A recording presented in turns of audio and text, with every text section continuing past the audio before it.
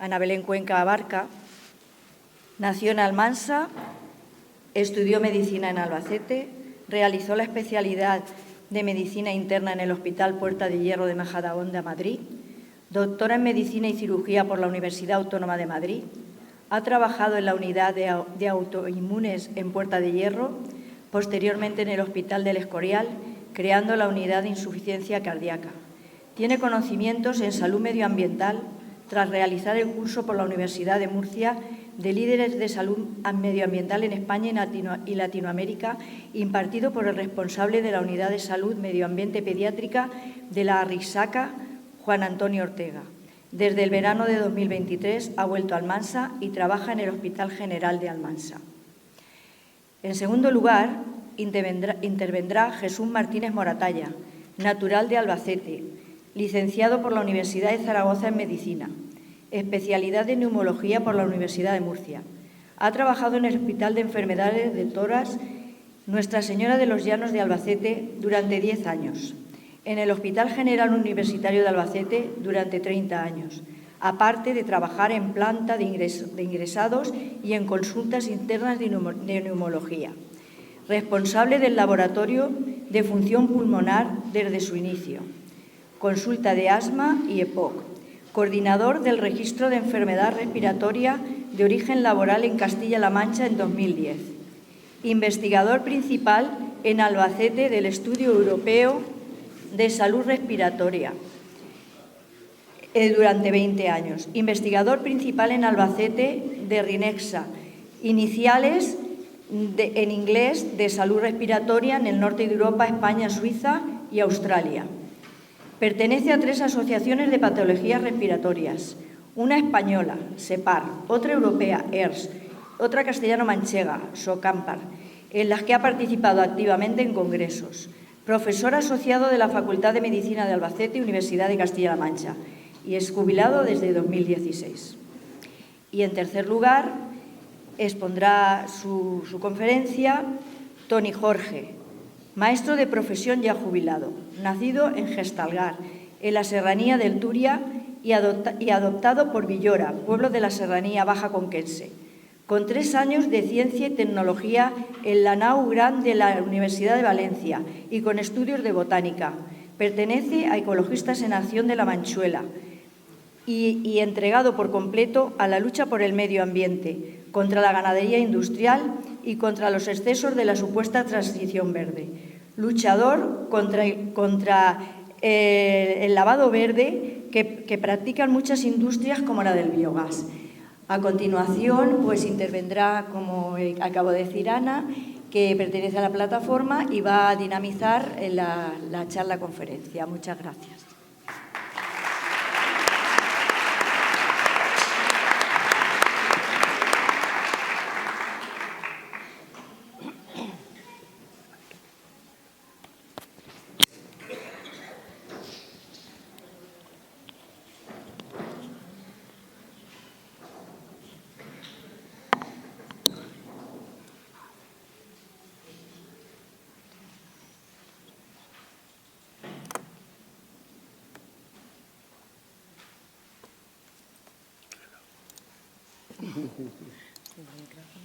¿Se oye? Sí.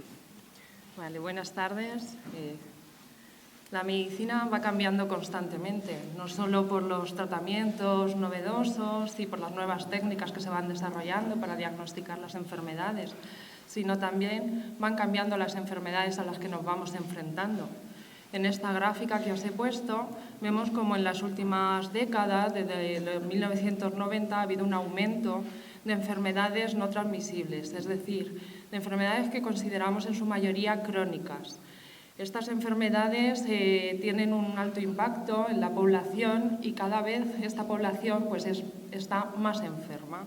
Y son enfermedades, en su mayoría, las que se han visto aumentadas, enfermedades cardiovasculares, como los infartos, la hipertensión y las otras enfermedades que también han ido aumentando en los últimos años son los cánceres. Y es que las causas que provocan estas enfermedades no son solo una causa, influyen muchos aspectos.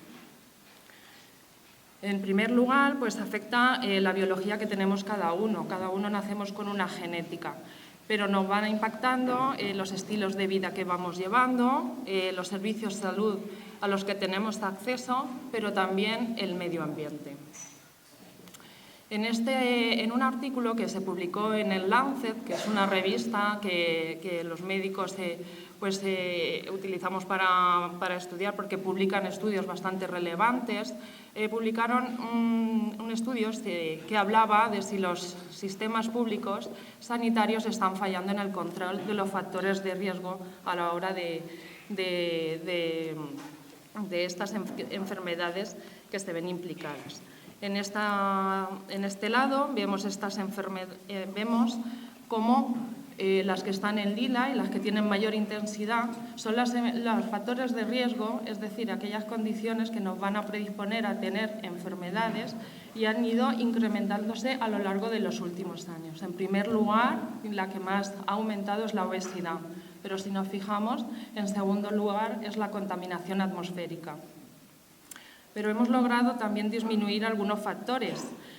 El que más ha disminuido a lo largo de los años es la contaminación dentro de las casas. ¿Y esto por qué? Pues porque ya no cocinamos con leña, ya no nos calentamos con leña, ya inhalamos el humo de esta combustión. La Organización Mundial de la Salud estima que un 24,3% de la mortalidad global se atribuye al medio ambiente. Pero no solo eso, se atribuye al medio ambiente también un 23,1% de carga de enfermedad que nos provoca discapacidad y nos provoca que tengamos menos años de vida.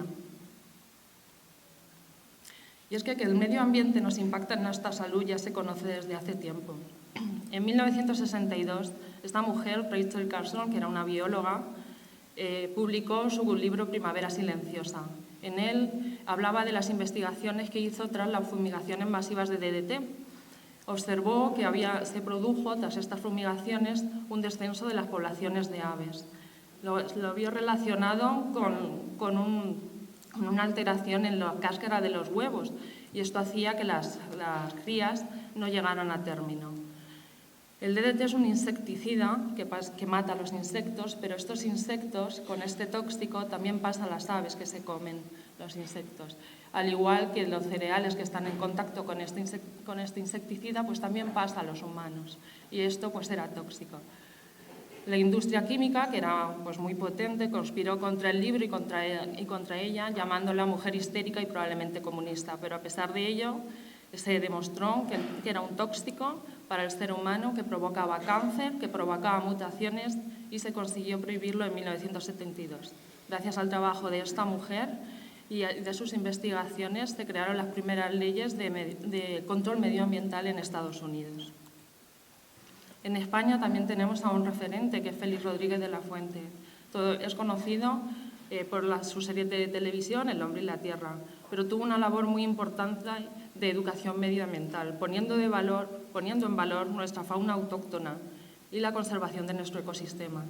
Luchó para prohibir el uso masivo de la estricnina, que era un veneno que se ponía por los campos para matar las alimañas, pero claro, afectaba a todos los animales, a los linces, a las aves, a los lobos. Gracias a él y a todo el trabajo que realizó, se crearon las primeras leyes de protección de naturaleza en España. Y como se sabe ya desde hace tiempo que está todo relacionado, el medio ambiente, la salud de los animales y con la salud de los humanos, se lleva trabajando en un concepto que es el de One Health, que es una sola salud. Y diferentes organizaciones trabajan en conjunto, como la Organización de Naciones Unidas para la Alimentación y Agricultura, la Organización Mundial de Sanidad Animal, la Organización Mundial de la Salud, trabajan para una salud global. Entre los proyectos que tienen es en contra de las resistencias de antibióticos, que es un gran problema en el que nos estamos enfrentando actualmente, la seguridad alimentaria, pero también contra el cambio climático. Y es verdad que en los últimos años hemos tenido muchísimas mejoras en la salud con los avances científicos. Tenemos una mejora de los indicadores de salud con una disminución de la mortalidad infantil y el aumento de la esperanza de vida, el acceso al agua potable, con las vacunas con las que hemos conseguido que ya no veamos enfermedades como la polio, que mataba y que producía tantísima discapacidad. Pero todo este avance ha sido a expensas de un deterioro de los ecosistemas, sobre todo a raíz de la revolución industrial y de la segunda mitad del siglo XX con los combustibles fósiles.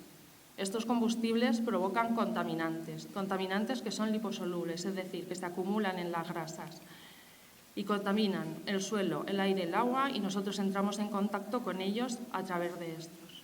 Y nuestro organismo no tiene la capacidad para eliminarlo o para neutralizarlo. En esta gráfica que os he puesto aquí, vemos como en los últimos años las emisiones de CO2 producidas por los combustibles fósiles han ido en un aumento exponencial. Y que la contaminación atmosférica es algo malo para nuestra salud también se sabe desde hace tiempo. En 1952 hubo un hecho trágico, la Gran Niebla de Londres, que se produjo por una niebla que allí es frecuente, pero llegó un anticiclón y esa niebla no se disipó. Por aquel entonces la energía la obtenían de la combustión del carbón. Y todo este humo que salía de las chimeneas, de las industrias, de los hogares, que salía de los transportes, se empezó a combinar con el agua de la niebla y produjo unos tóxicos que provocaron que los hospitales se colapsaran con pacientes con enfermedades respiratorias. Se estima que hubo solo esos días más de 12.000 muertes añadidas a las muertes habituales. Pero no solo eso, los niños que estuvieron expuestos durante esos 5 días a esa niebla y los fetos desarrollaron con mayor probabilidad asma que los que no habían estado expuestos. Desde este proceso, esos días trágicos, en Gran Bretaña aprobaron la Ley Nacional sobre Contaminación Atmosférica.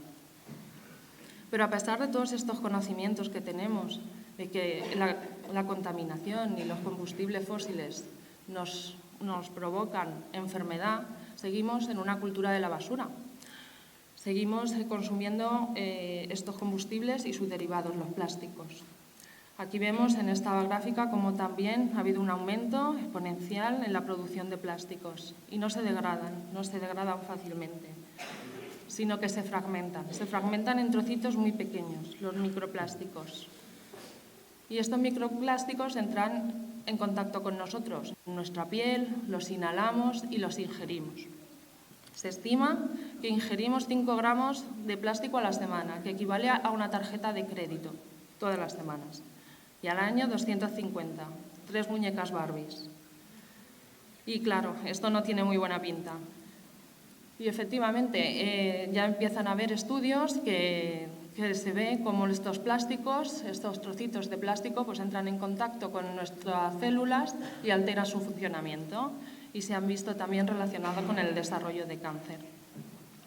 En este estudio, que se ha publicado recientemente en la revista New England, que es una revista también que publican estudios muy relevantes en medicina, vieron a pacientes que tenían obstrucciones de unas arterias del cuello, de las carótidas, y que los tenían que operar. Les quitaban esa obstrucción, que era una placa de colesterol, y analizaban si ahí había microplásticos o no. Pues bien, los pacientes que tenían microplásticos en esas arterias, al cabo del tiempo desarrollaron más infartos y más muertes que los pacientes que no tenían estos microplásticos en las arterias. Y también estamos viendo en esta cultura de la basura que vivimos, es una pérdida de la biodiversidad. Cada vez tenemos menos especies en el mundo en el que vivimos. Y eso pues también tiene su impacto, porque si disminuyen ciertos depredadores, otras especies pues van a aumentar. Y eso nos está pasando con los mosquitos. En concreto el mosquito tigre. El mosquito tigre lleva en Europa y en España ya unos años, y cada vez en más sitios y cada vez en mayor cantidad. Y el problema de los mosquitos, que son muy molestos, no son solo que te piquen, es que te transmiten enfermedades. Y estamos empezando a ver dengue en España. Los depredadores de estos molestos insectos pues son las aves insectívoras, como los vencejos, las golondrinas, y aquí en Almansa tenemos mucha suerte porque tenemos una gran población de vencejos y debemos cuidarlas si queremos que sigamos estando sanos. Pero no solo eso, los animales también nos transmiten enfermedades. Esta pérdida de biodiversidad es uno de los factores que hace que los humanos entremos más en contacto con estos animales y nos transmitan otras enfermedades, que les llamamos zoonosis. Las zoonosis están en aumento también. A partir del siglo XX se ha visto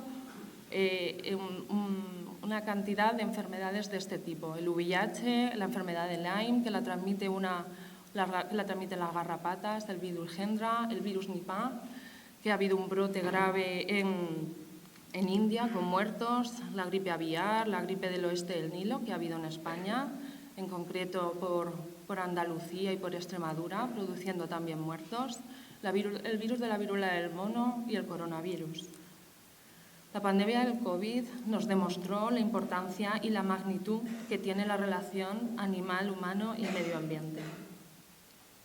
Pero cuando hablamos de pérdida de biodiversidad no solo hablamos de animales, también los microorganismos. También estamos perdiendo cantidad de especies de microorganismos. Y es que nuestro cuerpo está repleto de microorganismos que nos ayudan a que nuestro cuerpo funcione, tanto en la piel como en el tracto digestivo, la flora intestinal, que se conoce comúnmente. El nombre que utilizamos los médicos, la microbiota. ¿Vale? Ha habido diferentes cambios en la microbiota a lo largo de la historia. El primero de ellos se produjo en el Neolítico, en el que pasaron de ser cazadores y recolectores a un sistema más planificado. El cambio de la diversidad de la dieta hizo que disminuyera esta microbiota. Aquí vemos en la gráfica cómo va cayendo. El siguiente cambio importante fue en la Revolución Industrial, cuando hubo un paso de la población rural a la industrial, pero sobre todo la pérdida de diversidad de la microbiota en las personas ha sido con la introducción de los antibióticos. Y es que la microbiota, todos estos organismos que tenemos dentro de nuestro cuerpo, nos ayudan y nos regulan en todos los órganos. En el sistema nervioso, en la piel, en el hueso, en el tejido adiposo, la grasa, el hígado, el corazón, el riñón, y sus alteraciones se han visto relacionadas con enfermedades como el autismo, el Parkinson, Alzheimer, artritis reumatoide, hígado graso, cirrosis, aterosclerosis, infarto de miocardio, hipertensión, insuficiencia cardíaca, enfermedad renal crónica. Y bueno, el cambio climático.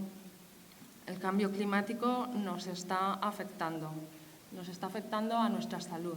Sabéis que el cambio climático viene por la emisión de los gases de efecto invernadero, que está produciendo un aumento de temperatura, que está produciendo un aumento de los niveles de mar y también un aumento de los eventos extremos en el clima. Cuando se producen estos eventos extremos del clima, pues claro, te pueden matar ya de por sí, pero también te producen enfermedad mental. Con las olas de calor hay más probabilidades de sufrir un golpe de calor, pero no solo eso. Hay estudios que se están viendo que después de las olas de calor hay un aumento de probabilidad de sufrir infartos. La calidad del aire, cada vez tenemos peor calidad de aire y esto nos hace que tengamos enfermedades respiratorias, enfermedades alérgicas, pero también se relaciona con enfermedades cardiovasculares, infartos. La calidad del agua hace que aumenten bacterias peligrosas que pueden producirnos enfermedad. Y no solo eso, pues pueden contaminar los alimentos y en países menos favorecidos pues provocar malnutrición. Cada vez tenemos épocas más calurosas, que duran mucho más, y esto hace que los vectores, como los mosquitos y las garrapatas, estén en aumento y por lo tanto nos puedan provocar enfermedades como hemos visto antes. Y no solo eso, el cambio climático pues afecta a las zonas menos favorables, con sequías, haciendo que haya problemas con los cultivos y que la gente tenga que emigrar de zonas con los conflictos sociales que eso conlleva y el impacto en su salud. Resumiendo, las exposiciones al ambiente, al medio ambiente que enfrenta el individuo a lo largo de su vida impactan en la salud. Nacemos con una genética, ¿vale? Y depende de los factores de riesgo, de los estilos de vida que vayamos adquiriendo y vayamos teniendo si fumamos, si bebemos, si hacemos ejercicios, si comemos sano, ¿vale? Va a influir en el desarrollo de nuestras enfermedades. Y estos se llaman factores de riesgo modificables. Tenemos la libertad de decidir si nos exponemos o no nos exponemos a eso. Pero es que también afecta a nuestra salud y al desarrollo de las enfermedades otros factores, como la contaminación. Y esto, aunque también es modificable, no es tan libremente, no lo podemos elegir tan libremente. Y no solo eso, que nos afecta desde que nacemos. Y esto se va acumulando, son acumulativas.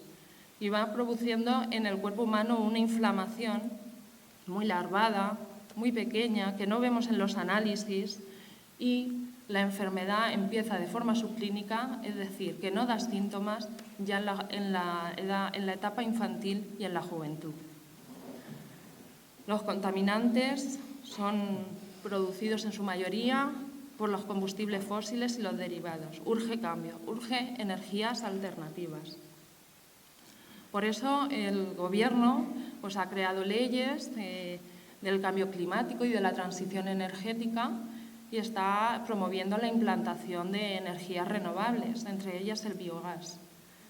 Yo la verdad es que no conocía muy bien esta tecnología y bueno, para enterarme un poquito pues me fui a la página del Ministerio y leí la hoja de ruta del biogás. Y bueno, la verdad es que la idea no me parecía muy mala idea, el obtener una energía produciendo un gas, ¿no? de unos desechos, de unos residuos que vienen de la agricultura y de la ganadería.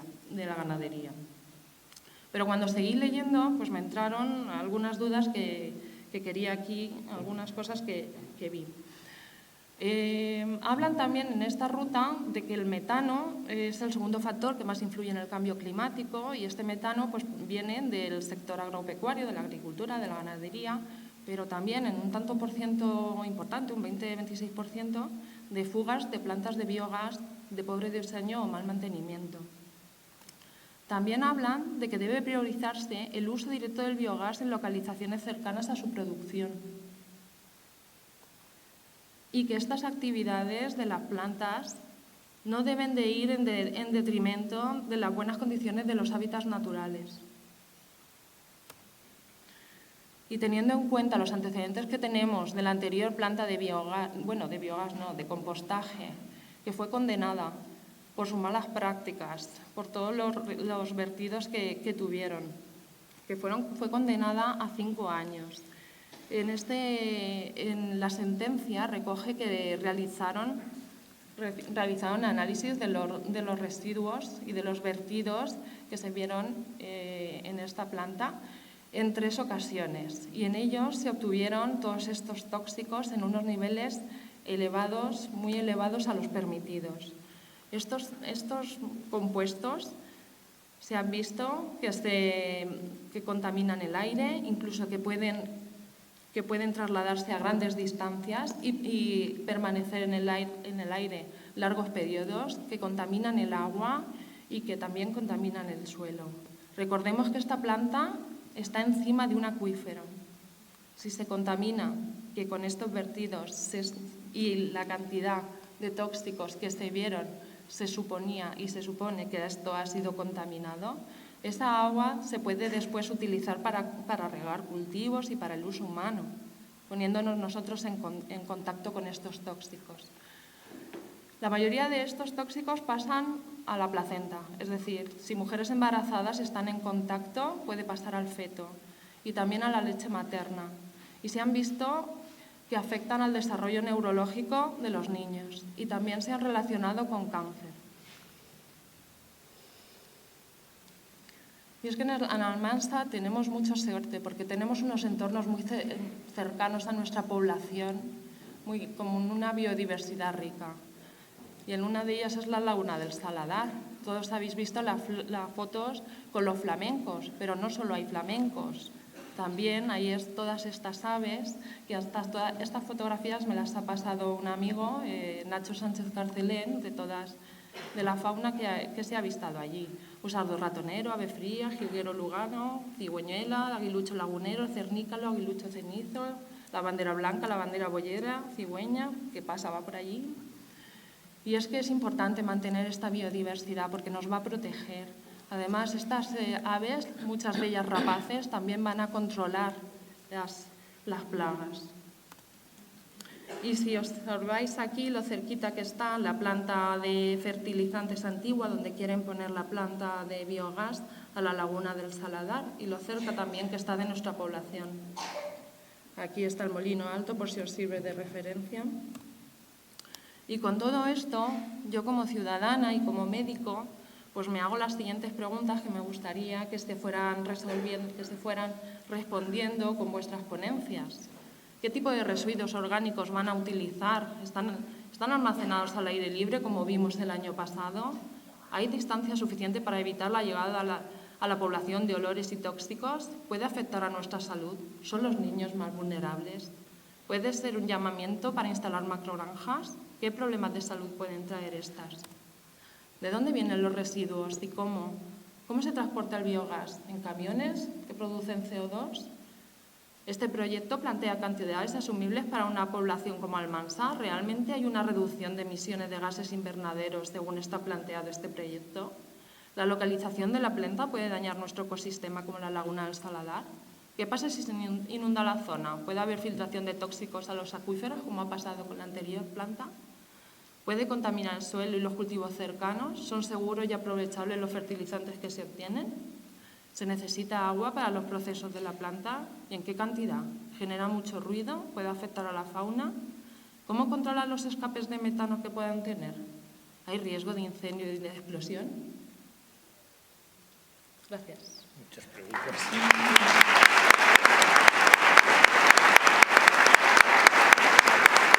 Genial.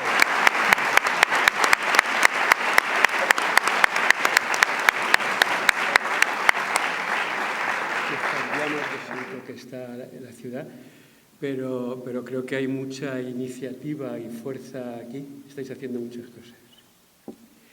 Gracias. También te quería dar gracias a ti, que has sido un poco la aglutinante con esto, y a Tony, que está en todos los sitios.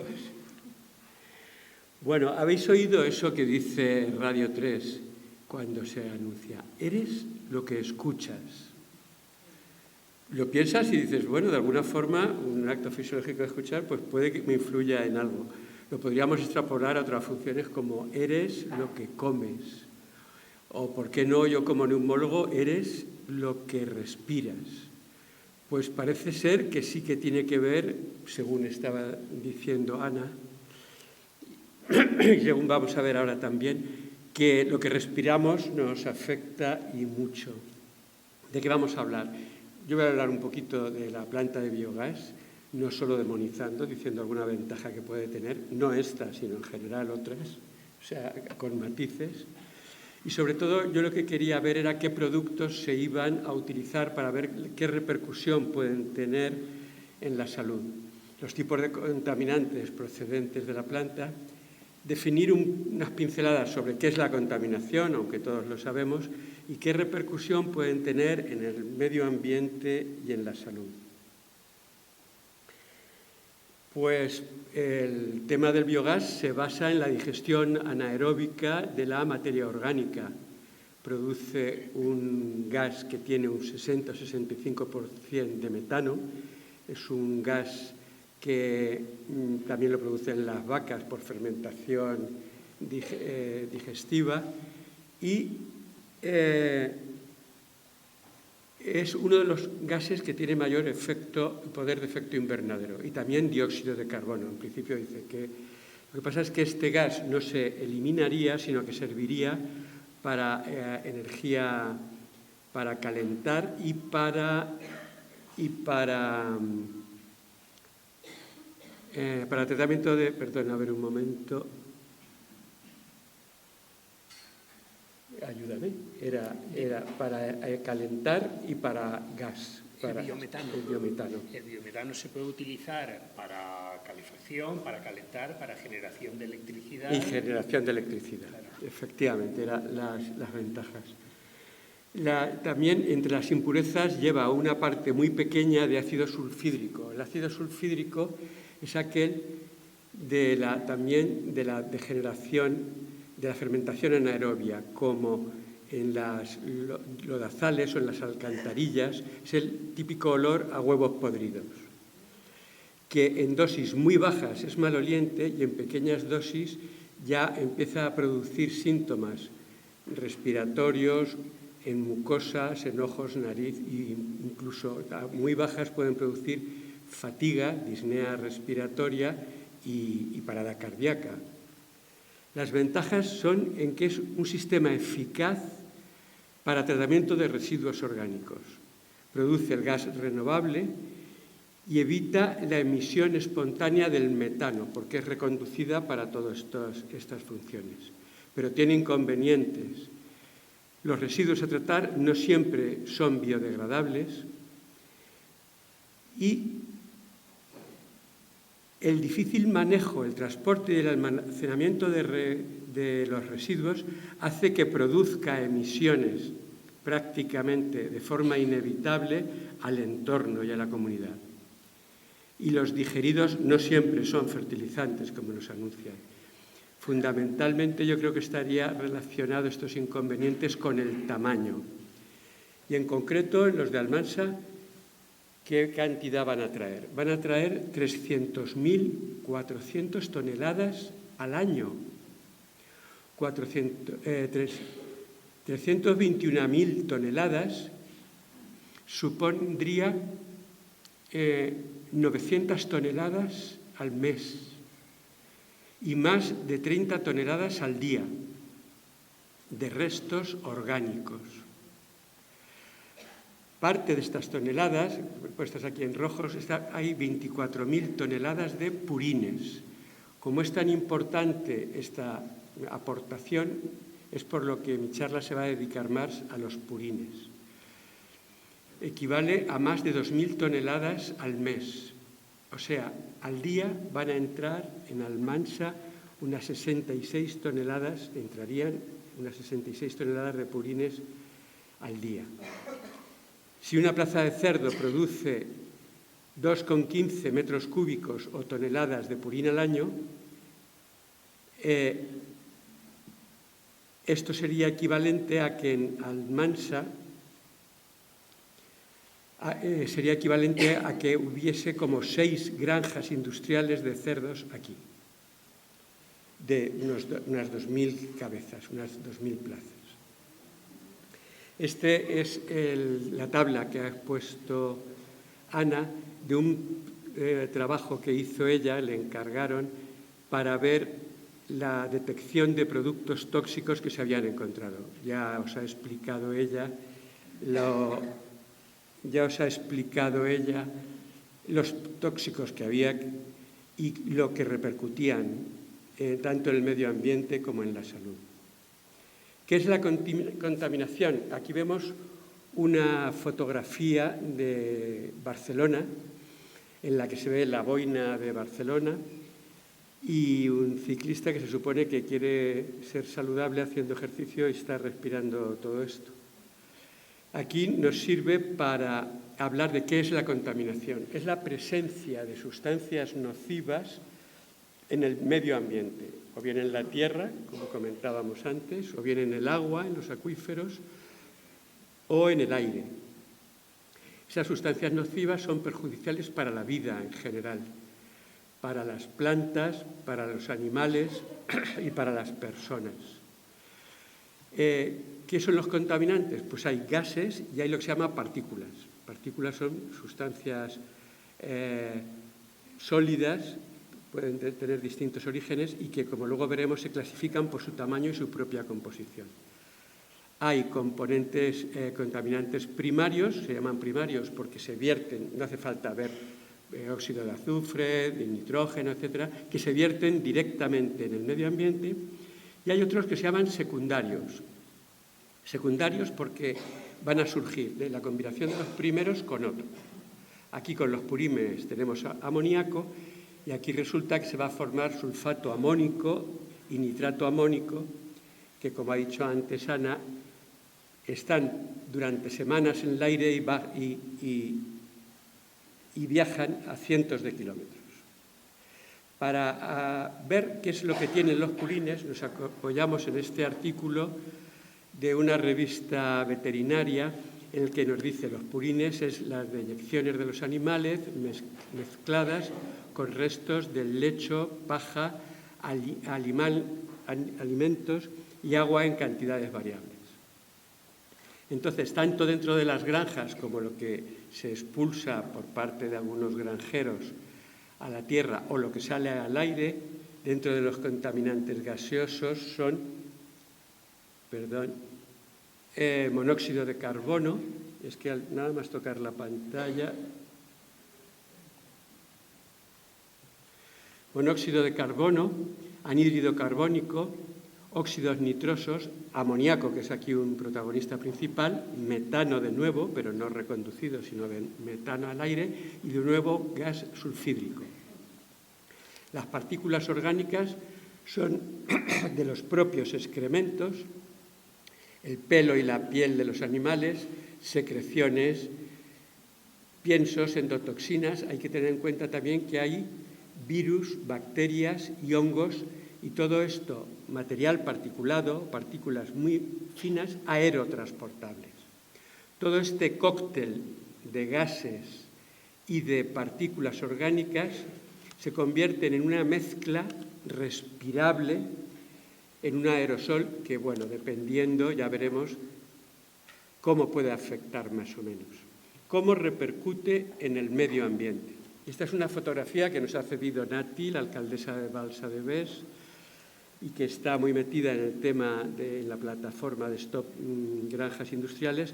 Esto es una foto de zonas donde han echado el digerido.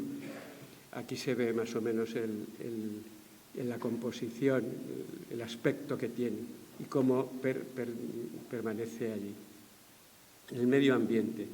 Sabemos que el amoníaco, aquí tenemos a la derecha, veis a la derecha las relaciones bibliográficas de cada frase que voy a decir, viene respaldada por artículos científicos.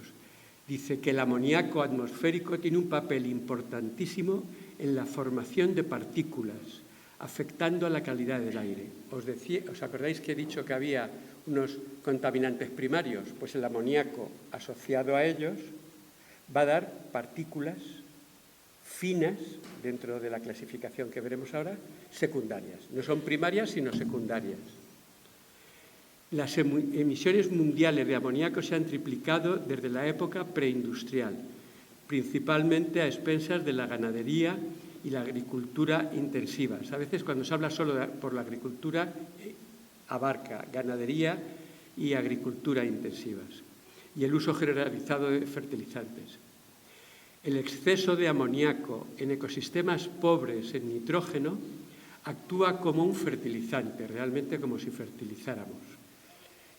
Aparentemente eso es bueno, es decir, bueno, en principio, qué bien que crezca algo. Lo malo es cuando es un crecimiento desordenado. También produce la eutrofización y acidificación de ecosistemas. Esto ha pasado en lagunas. Es como un abono excesivo y un crecimiento desordenado, la eutrofización. Acidifica el nitrógeno, el medio, ya habéis oído hablar de la lluvia ácida, pues acidifica el medio, la tierra, acidifica el agua y el aire. Y hay una pérdida de biodiversidad, tanto en plantas como en animales, igual que decía Ana. Por tanto, acelera el cambio climático y tiene implicaciones para la salud humana y también para la esperanza de vida. Hay muertes prematuras, como veremos más adelante. A veces decimos, no se nota lo negativo del cambio climático. Bueno, yo creo que ya vamos notando avisos, ¿no? O no se nota en la cosecha o en las lluvias. Bueno, otros años tampoco. Pero hay veces que nos gustaría ver todo esto, si es verdad, en el cambio climático o qué repercusión tiene. Y yo pensé que si tuviera que poner una fotografía que nos viera, que nos hiciera palpable un poco, como decías tú, como Tomás, meter el dedo en la llaga, sería esta, que yo creo que la conocéis todos. Y es una imagen del 13 de septiembre del 19 del desastre del Mar Menor. Por una dana que hubo, fue estas escorrentías. Esta es la zona maltratada por la agricultura y ganadería intensivas. Deshicieron el sistema de secano de cultivo en terrazas, había una mala gestión del agua y la zona del campo de Cartagena es una de las que tiene más densidad de población, densidad porcina de animales. Y aquí veis el desastre del Mar Menor. Se contaminó la laguna tras 3 décadas de origen de agua que alimentaba el regadío y un caos subterráneo de canales, de desaladoras y vertidos. Desaparecieron las antiguas estructuras. Esto yo creo que es gráfico lo que puede pasar. La contaminación que hace, pues la contaminación en un momento determinado nos puede dar esta fotografía. Y en la salud, ¿cómo puede repercutir?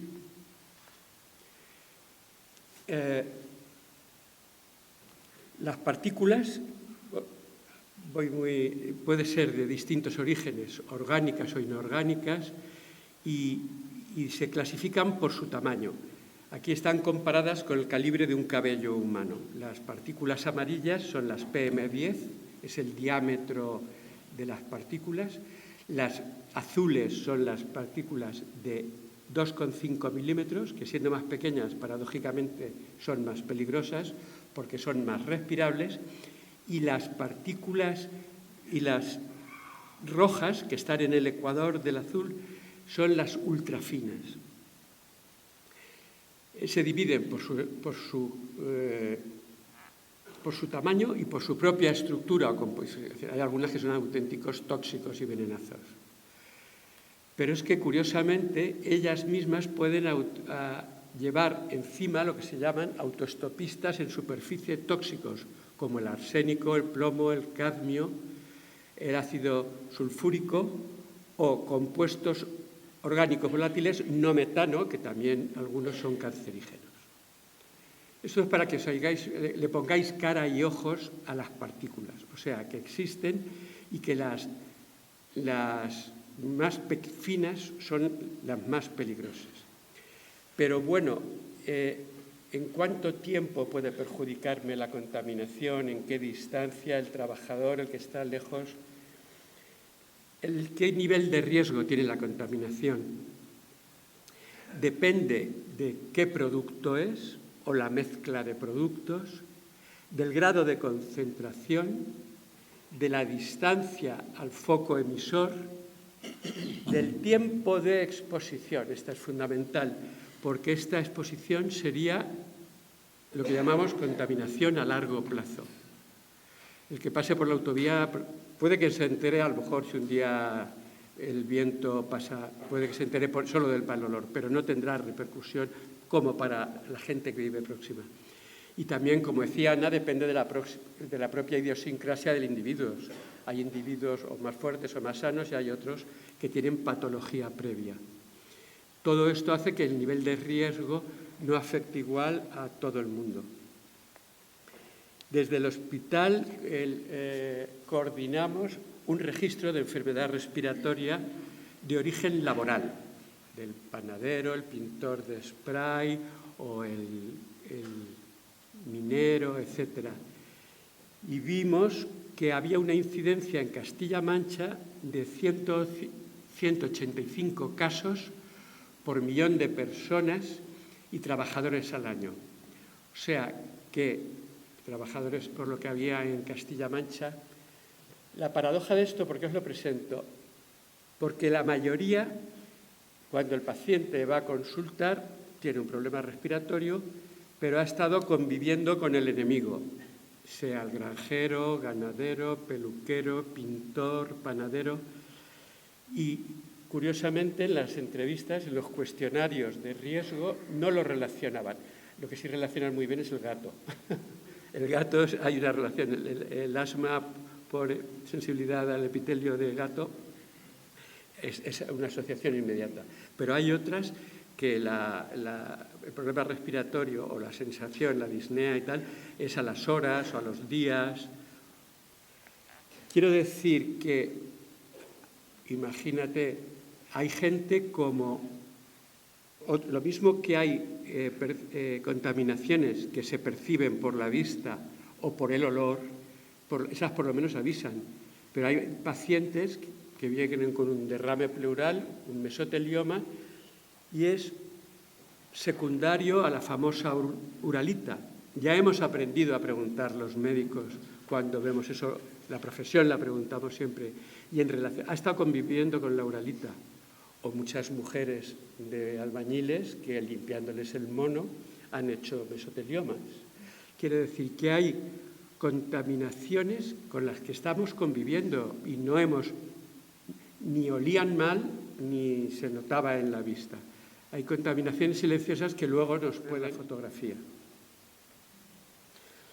El amoníaco aquí nos dice en esencia que procede en mayoría de la agricultura, que se libera a la atmósfera, que reacciona haciendo partículas finas secundarias respirables que viajan y que repercuten en la salud humana haciendo problemas respiratorios crónicos o agudos. Aquí nos pone unos datos como que los niños expuestos al amoníaco desde pequeños tienen casi 1,7 o 2 veces más probabilidades, 2 más, que duplican que los niños de desarrollar asma infantil precoz. Que también a través del globo, en el planeta, hay 3,3 millones de muertes prematuras por exposición al amoníaco y que si se redujeran un 50% las emisiones de amoníaco se reduciría la mortalidad en 250.000 muertes al año. Todos sabíamos, y está en la calle, que el aparato respiratorio, como puerta de entrada de la contaminación, se afectaba. Hemos oído hablar de la silicosis en los mineros, de la EPOC en el tabaco, del asma, alérgico por el jardinero, en tal. Está claro. Lo que no sabíamos hasta hace es que las partículas finas y sobre todo las ultrafinas no solo se quedan en el pulmón, sino que atraviesan el alveolo y pasan a la sangre y llegan a la torre del homenaje del castillo.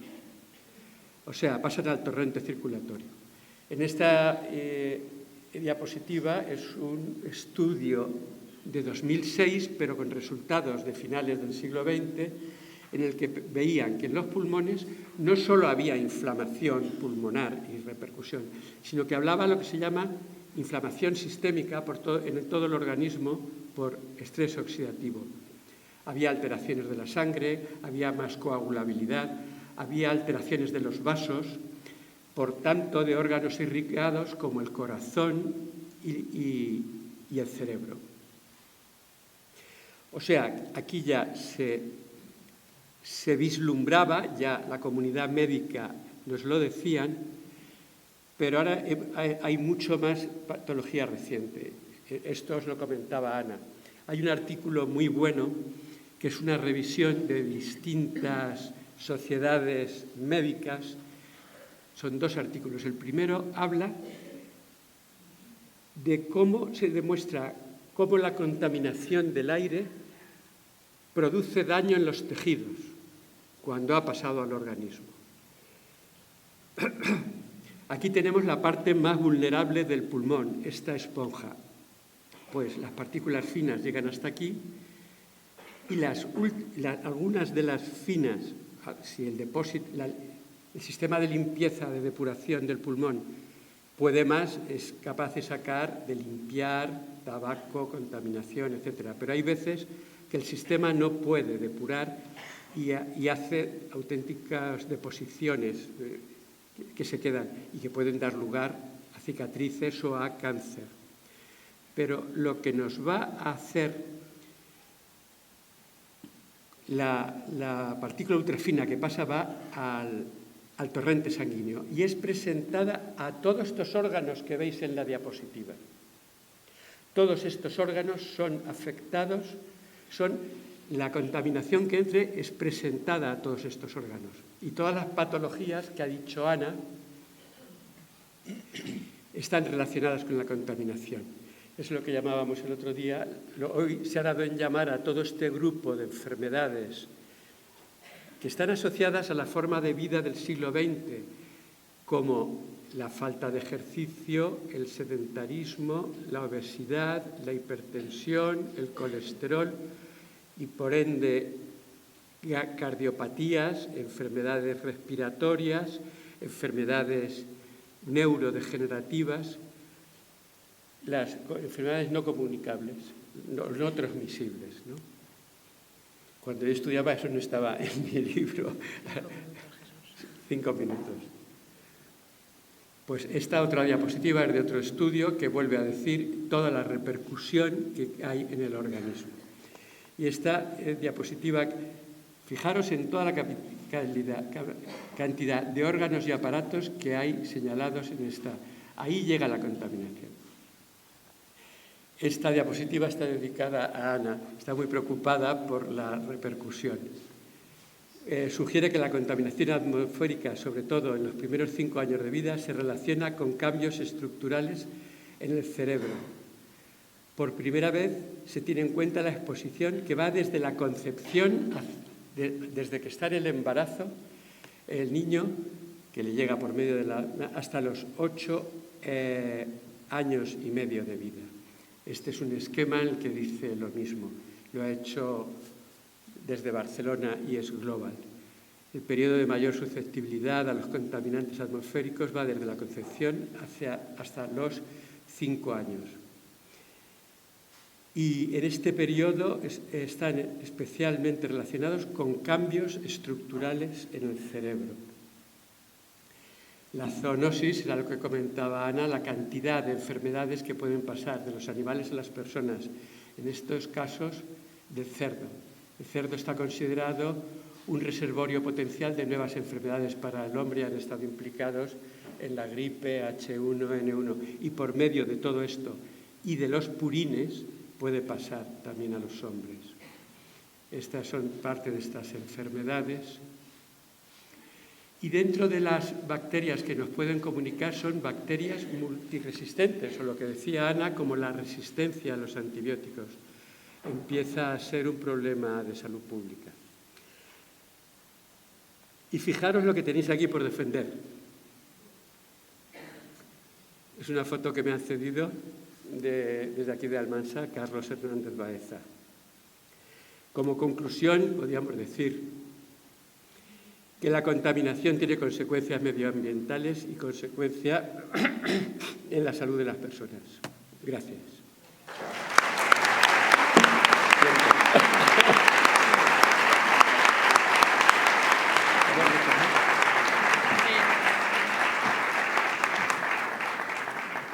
Pérdidas que ellos llaman eufemísticamente off-gas de un 1%. Eso puede parecer muy poquito, pero cuando hablas de 8 millones de metros cúbicos es bastante, ¿de acuerdo? Entonces estas pérdidas ya están reconocidas.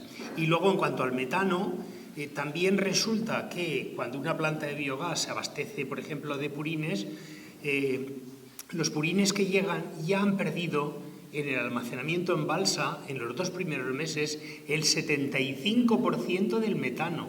Es decir, que lo que va a llegar ahí va a ser solamente un 25%. Es decir, esto para poner un poco en cuestión el tema de en qué contribuyen a evitar las emisiones. Y otra cosa que habías dicho, Jesús, del tema del digerido, pues hombre, muy bueno no será cuando, por ejemplo, en México la aplicación de digerido directamente en los campos está prohibida, si no se hace antes una separación sólido-líquido y se trata el líquido. O sea que muy bueno no es. Y respecto al tema del biogás y de la ruta del biogás, el biogás es una idea maravillosa que cuando llega a manos del capital la utiliza para jodernos la vida. Así de sencillo. El biogás se conoce desde hace muchísimo tiempo, es decir, ya hay registros que hablan en el 1600 de que se conocía su uso. Luego, por ejemplo, la ciudad de Exeter utilizaba el biogás para el alumbrado público sobre el 1870 y tal. Y luego también el movimiento ecologista ha reivindicado el biogás como una manera de tratamiento inteligente, tratamiento de residuos y vinculada a lo que es la economía circular. Pero claro, esto no es lo que estamos viendo, esto no es lo que se nos propone, ¿no? Primero vamos a... Bueno, ya ha explicado Ana que el biogás se producía Ana o Jesús, por la fermentación anaeróbica, que la producían una serie de bacterias que vivían un poco en simbiosis, ¿no? De la materia orgánica. Materia orgánica es toda aquella que contiene carbono, son todas las basuras, las deposiciones, etcétera, etcétera, ¿no? Lodos de depuradoras. Esto va. Precisando términos, no es lo mismo biogás que biometano. El biogás es, tal y como sale, como lo producen las bacterias, es una mezcla de gases. Entonces tiene proporciones variables de biometano. El biometano es lo más parecido al gas natural y es lo que realmente tiene valor y se utiliza. Entonces, en función de la procedencia de los residuos, puede tener mayor o menor contenido en biometano. Entonces, cuando hablamos de biogás, tiene alrededor, por ejemplo, de un 65%, cuando contiene un 65% de biometano, contiene una gran cantidad. Por ejemplo, la planta de aquí hablaban de un 62% de biometano, el biogás que iba a producir, ¿no? Entonces, luego tendría un 37%, 35% de dióxido de carbono, luego tendría una cantidad de un 1% o menos de sulfídrico y luego vapor de agua y otros compuestos orgánicos volátiles, ¿no? Bueno, el biogás se produce, estas bacterias producen un proceso complejo que pasa por la hidrólisis, la ruptura de las moléculas, la acidogénesis, la cetogénesis y finalmente la metanogénesis. Entonces, normalmente, ya os han dicho, se produce en los cienos, se produce en la fermentación de los rumiantes, en la putrefacción de la materia orgánica. Esto es lo que os he dicho, la hidrólisis. Vamos a intentar aligerar un poquito porque la verdad es que tengo mucho y no sé cómo abordarlo todo, ¿no? Bueno, pero esto nos da una pequeña pista, es decir, las bacterias que producen el biogás son bacterias muy exigentes en cuanto a condiciones de trabajo. Lo quiero decir porque uno de los mitos es que en los biodigestores se mete todo, no. Todo lo que se mete en los biodigestores tiene que tener su codificación LER y estar autorizado, y evidentemente a nadie le interesa meter algo en el digestor que vaya a matar toda la flora bacteriana y vaya a fastidiar todo el proceso, ¿no? Esto es lo que os he dicho. Claro, también eso lo que hace es que, como normalmente en los biodigestores se mete una mezcla de residuos, esa mezcla la tienen que homogeneizar, porque las bacterias, cuando se acostumbran a comer una cosa, pues quieren comer siempre lo mismo. Y entonces, para fomentar esa producción, se tiene que homogeneizar. Entonces os hablo de una serie de procesos que luego van a ser conflictivos a la hora de, por ejemplo, los olores, ¿no? Este proceso de homogenización, de mezcla de residuos, etc. Bueno, de manera industrial, evidentemente, hace tiempo que, por ejemplo, se obtenía en las depuradoras, en la SEDAR. Yo, por ejemplo, estuve visitando la depuradora de Cuarbenácer en Valencia. Tenían un proceso modélico de utilización de los lodos para producir biogás que utilizaban para la generación eléctrica de la propia planta, ¿no? Luego hay otra práctica terrible que se produce también y es obtenerlo a partir de vertederos. Sabéis que en los vertederos se echa absolutamente todo. Claro, pero como hay mucha materia orgánica se produce biogás. Y entonces lo presentan como un gas renovable, el gas que se produce en vertederos. No, perdón, eso no puede ser renovable en la vida, pero lleva tiempo haciéndose, ¿eh? Hay vertederos muy grandes que producen una gran cantidad de biogás. Y luego, pues en los digestores de las plantas de biogás, como la que quieren instalar aquí, que menuda píldora. Bueno, el potencial de producción de biogás depende de muchos factores, depende del residuo, ¿no?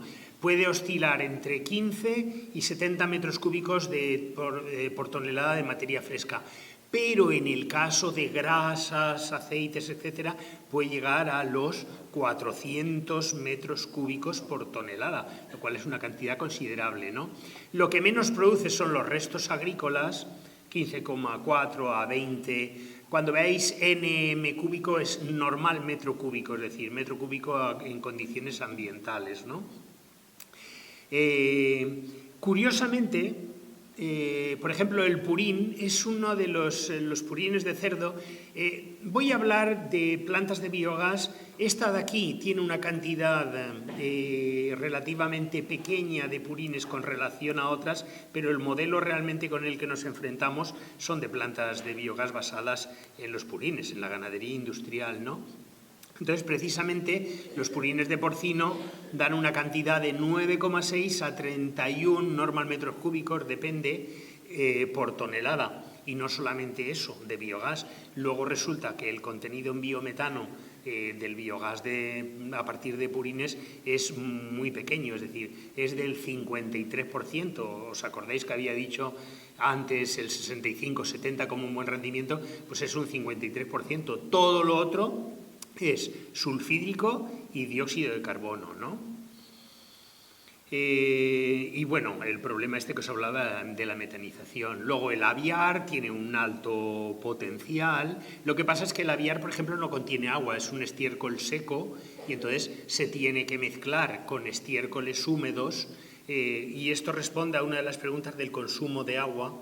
En los digestores húmedos normalmente son aquellos que se nutren de purines, no necesitan agua externa, es decir, el agua para el proceso la aportan los propios purines.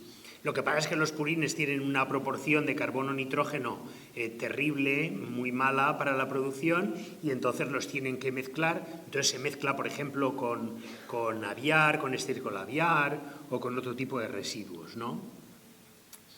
Respecto al tamaño, y aquí esto lo había puesto, el tamaño sí que importa.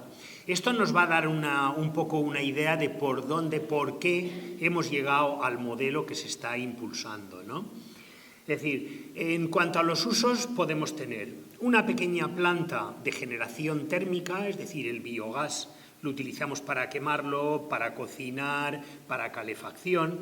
Esas plantas pueden ser relativamente pequeñas, de unas 20.000 toneladas al año, son eficientes y no serían deficitarias, es decir, podrían funcionar perfectamente. Este no es el modelo porque esas plantas son plantas pensadas locales, es decir, para pequeñas comunidades, para abastecer necesidades energéticas de pequeñas comunidades. ¿Eso le interesa al mercado? ¿Le interesa al capital? No, eso no da dinero. Es muy bueno ambientalmente, pero no da ni un duro. No vamos a ir por ahí. Luego, para generación eléctrica puede ser plantas un poco más grandes, hablaríamos ya de 30, 40.000 toneladas, pero que tampoco son plantas monstruosas y esas el biogás se utiliza para la generación eléctrica, ¿no? Pero ¿qué pasa? Como resulta que hemos inundado todo de macro plantas fotovoltaicas y de eólica, ahora que sería un buen momento para hacer esto y generar energía eléctrica, tampoco lo necesitamos, no nos sale a cuento, con lo cual ni la alternativa 1 ni la 2 ya no las vamos a tener. Vamos a ir a la tercera alternativa, es decir, plantas para generación de biometano para inyectarlo a la red o bien para licuarlo. Para que estas plantas sean rentables, tienen que ser muy grandes. Y entonces, claro, al amparo de subvenciones y de todo lo que viene, pues los proyectos a los que estamos asistiendo en toda España son monstruosos. El de aquí, claro, es de producción de fertilizantes y también de producción de biogás. En lo que es para los digestores, la materia orgánica son 133.000 toneladas. Puede parecer no excesivo, que lo es, pero es que los proyectos a los que estamos asistiendo son de 350.000, de 460.000 toneladas. ¿Os podéis hacer una idea del tamaño de una planta de biogás y de los problemas de gestión que puede tener 460.000 toneladas de materia orgánica desde el punto de vista logístico, desde todos los puntos de vista? Entonces, bueno, este es el tamaño al que estamos asistiendo, ¿no? Entonces, por una parte, hay algunas plantas las que no tienen cerca la red, dicen que van a hacer biometano licuado. La licuación es un proceso muy caro, de alta inversión de energía y que realmente no es, de momento, no es interesante. Pero claro, cuando tienes subvenciones y tienes ayudas, puede ser incluso que te interese, ¿no? Y entonces, bueno, es la de conexión a la red es el que tenemos, ¿no?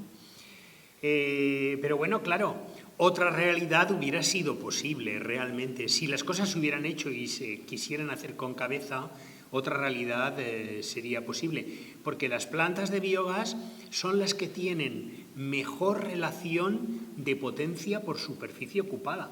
Es decir, tú para generar energía fotovoltaica necesitas una extensión inmensa de terreno.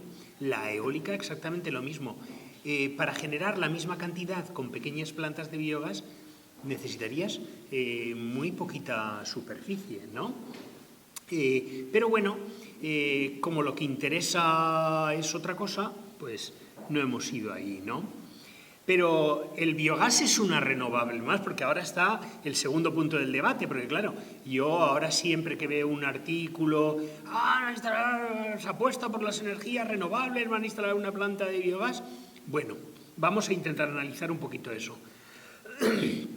Mirad, aquí hay un texto, es muy largo, se puede resumir en muy poquito, ¿no? Que está sacado de un proyecto de planta de biogás en Reynoso de Cerrato, ¿no?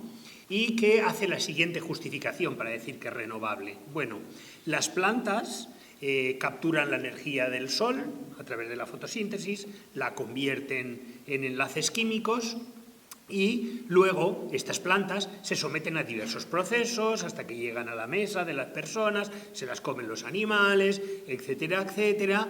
Y luego llega un momento que tenemos el residuo nosotros le sacamos el biometano, lo quemamos, vuelve a la atmósfera y hemos hecho un círculo perfecto. ¿Os habéis dado cuenta de dónde está la trampa? Es decir, vamos a ver, y en todos los procesos intermedios han supuesto cada uno de los procesos una inversión energética a costa de energías fósiles. De eso no hablamos, solamente hablamos de en el momento en que las plantas capturan el CO2 y en el momento en que a través del residuo se crea el biometano y se libera. Claro, así dices, círculo perfecto, me salen las cuentas, ¿no? Pero claro, las cosas no son así. Esto es una diapositiva del ciclo del carbono, que es lo que más o menos habían expuesto ahí. Segunda trampa, el uso de químicos. Dicen, una planta de biogás no se utiliza nada más que residuos. No, esto está sacado también de la planta de Reynoso de Cerrato. Y os hago mirar, por ejemplo, la cantidad de carbono activado al año que gasta, 1.138 toneladas. El carbono activo, saqué cuentas por aquí de la cantidad de inversión de energía que supone, pero ahora no las encontraré. Pero bueno, supone una inversión de energía importante, ¿no? Y luego hablaba también el cloruro férrico. Claro, como en los digestores se produce tal cantidad de sulfídrico y genera tantos problemas, para evitarlo se añade cloruro férrico o compuestos férricos, se crea sulfato de hierro y entonces se elimina el sulfídrico. Pero claro, ¿de dónde sacamos ese cloruro férrico? Pues mira, esto está sacado de un proyecto de minería de Campillo de Deleitosa, del Grupo Marco, un grupo muy importante minero, en el cual se va a dedicar a la extracción de productos férricos exclusivamente para fabricar compuestos para plantas de biogás. Es decir, estamos ya necesitando también una minería asociada para este tipo de plantas. En otro tipo de plantas no sería necesario, pero en este vamos a necesitar también una minería asociada. Fijaros ya la cantidad de cosas que cuando te hablan de economía verde, economía circular, no te están diciendo, ¿no? Esto es el carbono activo, claro. Esto también estuve haciendo un rastreo y es la cantidad de kilovatios hora por kilo de carbono activo. ¿Os acordáis? Ponía 1000 y pico toneladas. Pues bueno, la media que tenéis aquí sería de 250 kilovatios que tengo que gastar por cada kilo de carbono activo que tengo que producir para utilizarlo en el upgrading y en diversos procesos de la planta de biogás. Es decir, 12.281 kilos, lo he hecho el cálculo, 250 kilovatios, 3,07 gigavatios de energía para producir el carbono activo que va a consumir esa planta.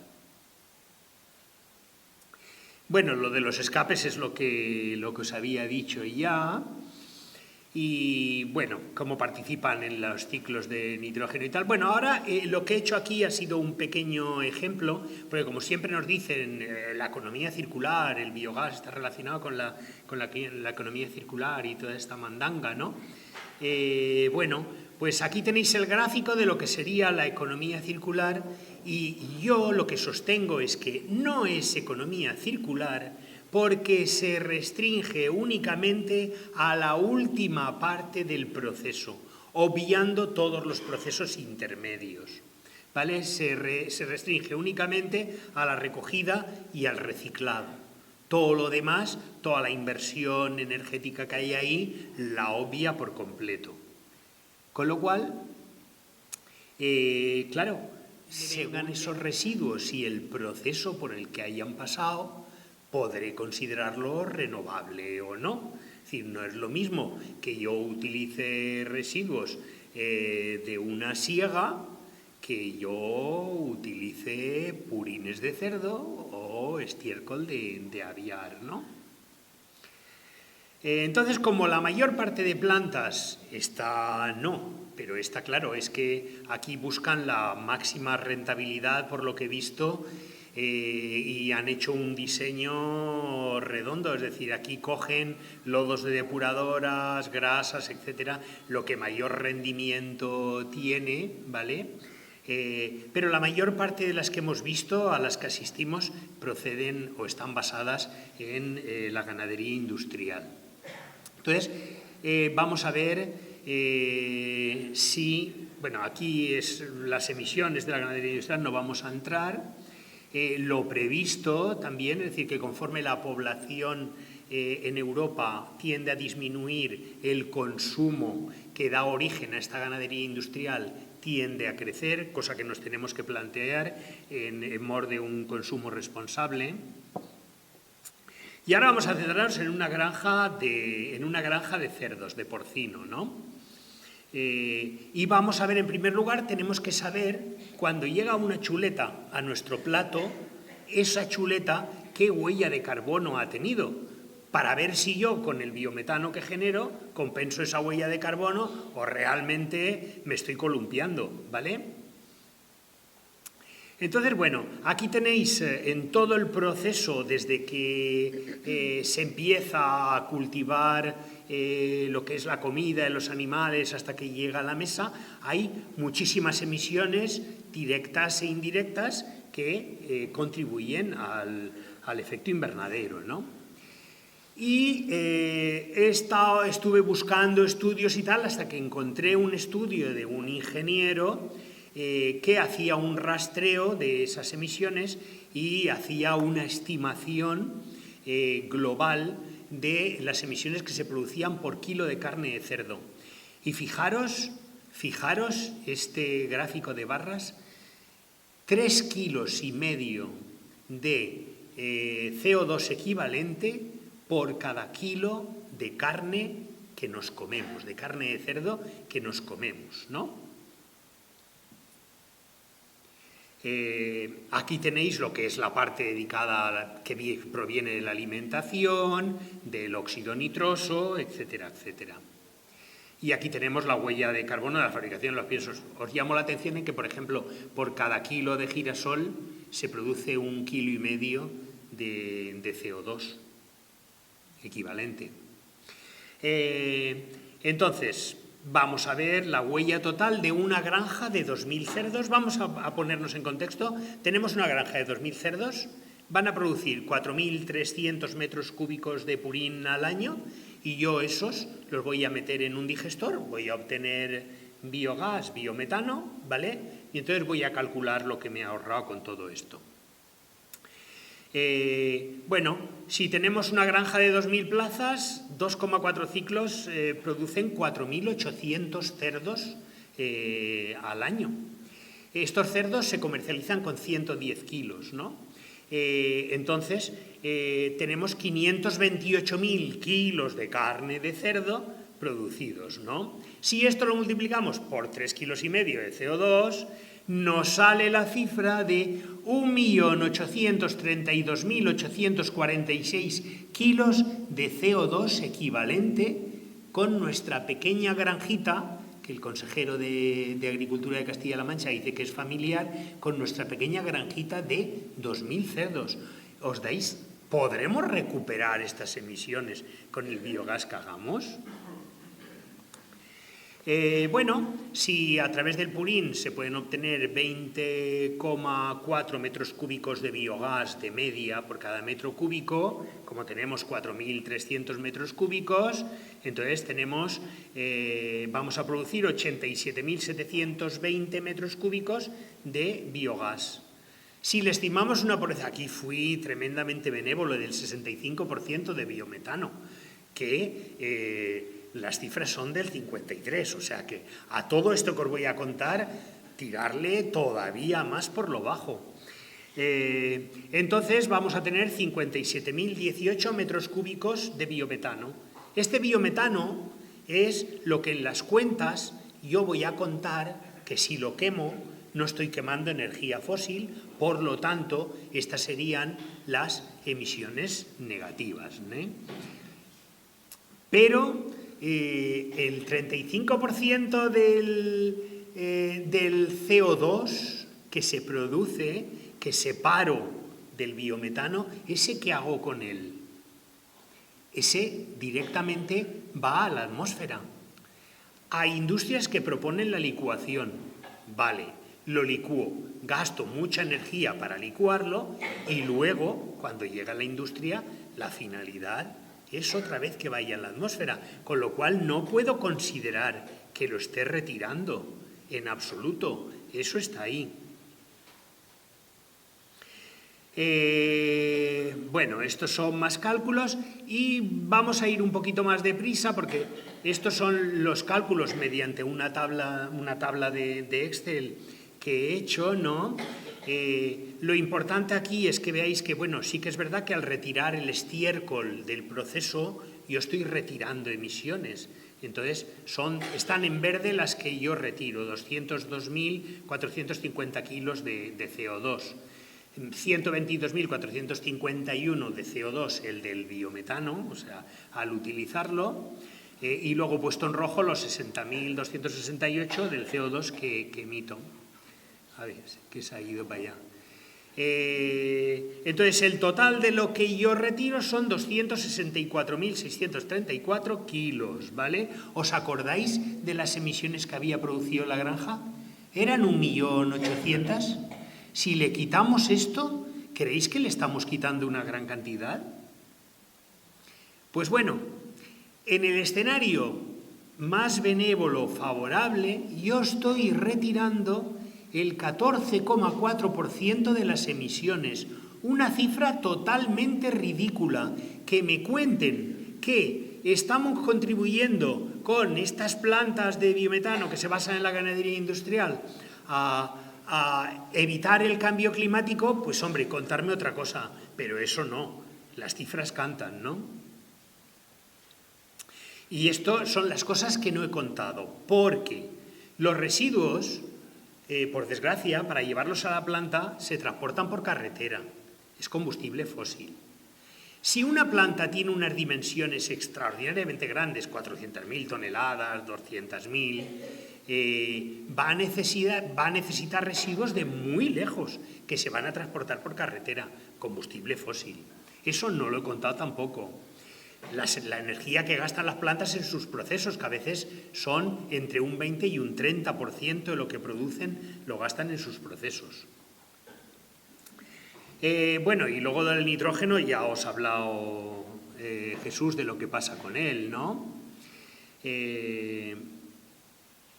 Y nos vamos a la pregunta, conociendo estos datos, ¿será la solución una planta de biogás o tendremos que cambiar de modelo alimentario o tendremos que cambiar de sistema, ¿no? Mirad lo que dice la Ana Botín, sin crecimiento económico no habrá crecimiento verde. Es decir, aquí lo que priva es el beneficio y si de algo no se obtienen beneficios no se va a hacer. Cuando realmente lo acuciante, cuando resuelves un problema, cuando quieres resolver un problema es invertir para resolverlo y posiblemente perder, ¿no?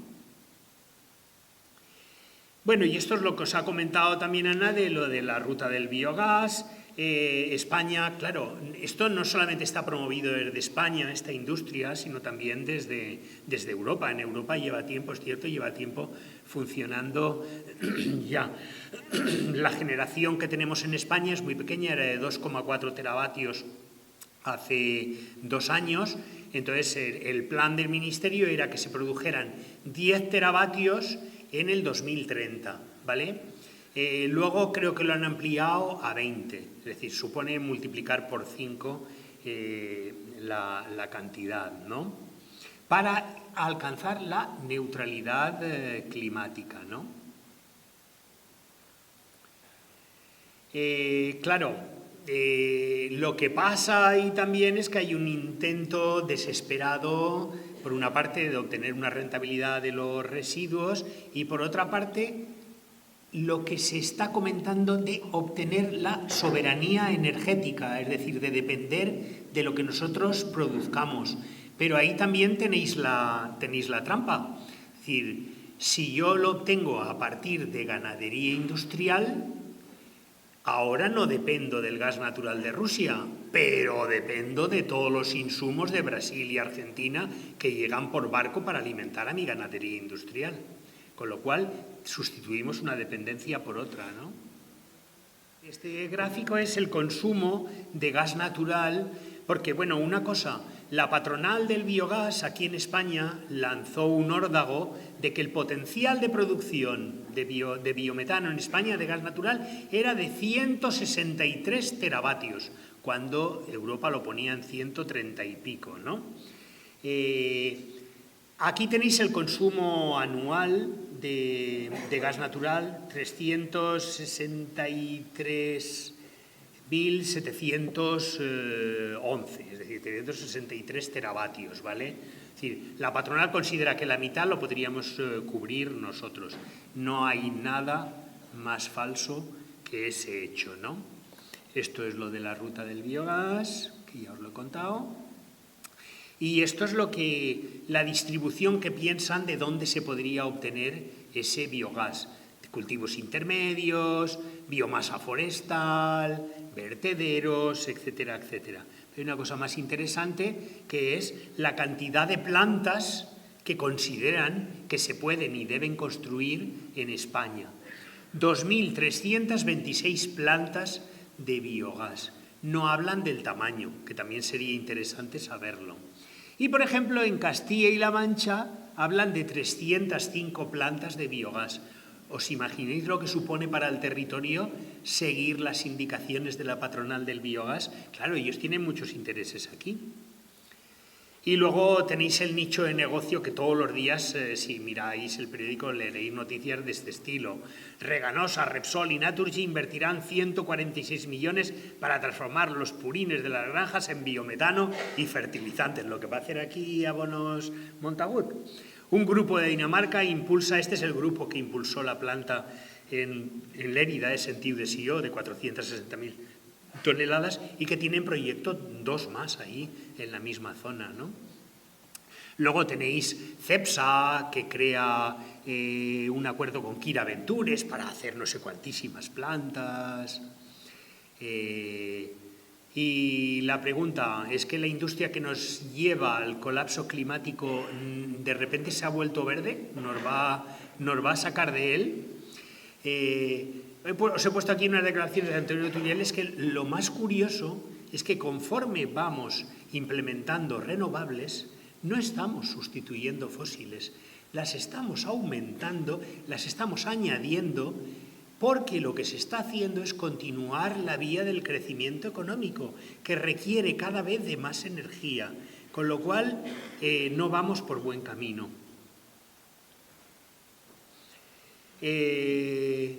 Bueno, esto lo veíamos también y nos vamos a esta gráfica. Esto es la Agencia Internacional de la Energía, un organismo internacional, independiente.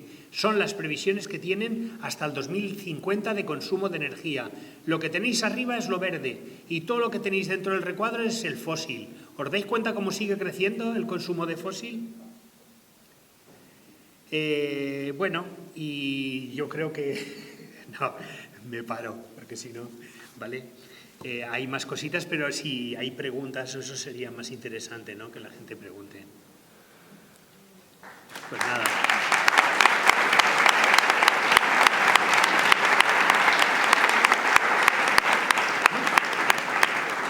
Me ha tenido el tiempo. Se ha cortado, ¿eh? Se ha cortado.